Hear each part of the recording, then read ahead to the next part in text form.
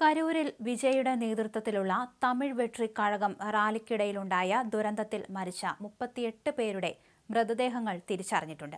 മരിച്ചവരിൽ ഒരു 1.5 വയസ്സുകാരനും 2 ഗർഭിണികളും ഉണ്ട് എന്നാണ് വിവരം.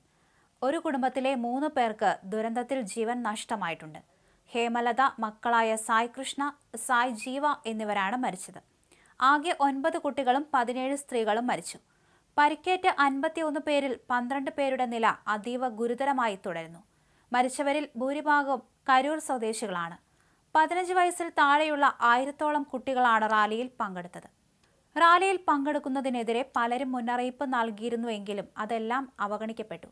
പോലീസിന് വീഴ്ചയുണ്ടായിട്ടില്ലെന്ന് ക്രമസമാധാന ചുമതലയുള്ള ADGP മാധ്യമങ്ങളോട് പറഞ്ഞു. മരിച്ചവരിൽ പ്രതിശ്രുത വധൂവരന്മാരുമുണ്ട്. കരൂർ സ്വദേശികളായ ആദർശും ഗോകുലശ്രീയുമാണ് മരിച്ചത്. വിജയെ കാണാൻ പെണ്ണും ചെക്കനും കൂടെ പോയതാ. വിജയ്ക്കൊപ്പം സെൽഫി എടുക്കാൻ പോയതാണ് ഇരുവരും. അടുത്ത മാസം കല്യാണമായിരുന്നു. ഒരുമിച്ച് ജീവിക്കും മുന്നേ രണ്ടാളും പോയെന്ന് ബന്ധുക്കൾ പറഞ്ഞു. വൈകിട്ട് 6:30 സംസാരിച്ചത്. പിന്നീട് ഫോൺ സ്വിച്ച് ഓഫ് ആയി മാറി. ബന്ധുക്കൾ കരഞ്ഞു പറഞ്ഞു. ജൂൺ 4 റോയൽ ചലഞ്ചേഴ്സ് ബംഗളൂരുവിന്റെ കന്നി IPL കിരീട നേട്ടം ആഘോഷിക്കാൻ ചിന്നസ്വാമി സ്റ്റേഡിയത്തിലെത്തിയ ആരാധകരുടെ തിക്കിലും തിരക്കിലും 37 മരണം ഉണ്ടായത്. 100-ലേറെ പേർക്ക് പരിക്കേൽക്കുകയും ചെയ്തിരുന്നു. പുഷ്പ 2 റിലീസിനിടെ അല്ലു അർജുൻ അപ്രതീക്ഷിതമായി തിയേറ്ററിലെത്തിയതോടെ ഉണ്ടായ തിക്കിലും തിരക്കിലും പെട്ട് സ്ത്രീ മരിച്ച സംഭവവും ഏറെ ചർച്ചയായി. 2024 ഡിസംബറിലായിരുന്നു ഇത്.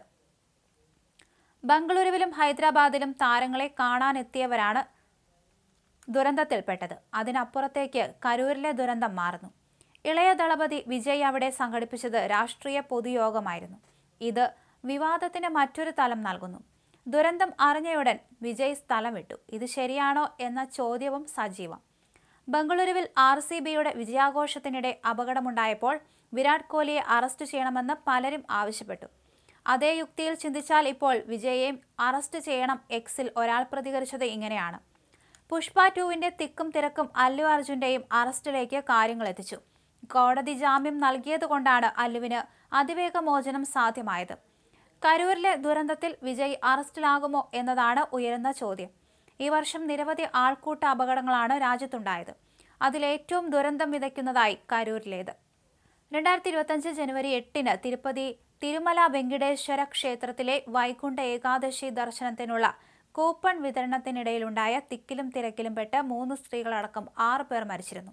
12 പേർക്ക് പരിക്കേറ്റിരുന്നു. അതിനുശേഷം ജനുവരി 29 UPയിലെ പ്രയാഗ്രാജിൽ മഹാകുംഭമേളയ്ക്കിടെ തിക്കിലും തിരക്കിലും പെട്ട് 30 തീർത്ഥാടകരും മരിച്ചിരുന്നു. 90 പേർക്ക് പരിക്ക് പറ്റിയിരുന്നു. ഫെബ്രുവരി 15 മഹാകുംഭമേളയ്ക്ക് പ്രയാഗ്രാജിലേക്ക് പോകാനെത്തിയവരുടെ തിക്കിലും തിരക്കിലും ന്യൂഡൽഹി റെയിൽവേ സ്റ്റേഷനിൽ 3 കുഞ്ഞുങ്ങൾ ഉൾപ്പെടെ 18 പേർ മരിച്ചിരുന്നു. 18 പേർക്ക് ഗുരുതര പരിക്കേറ്റിരുന്നു.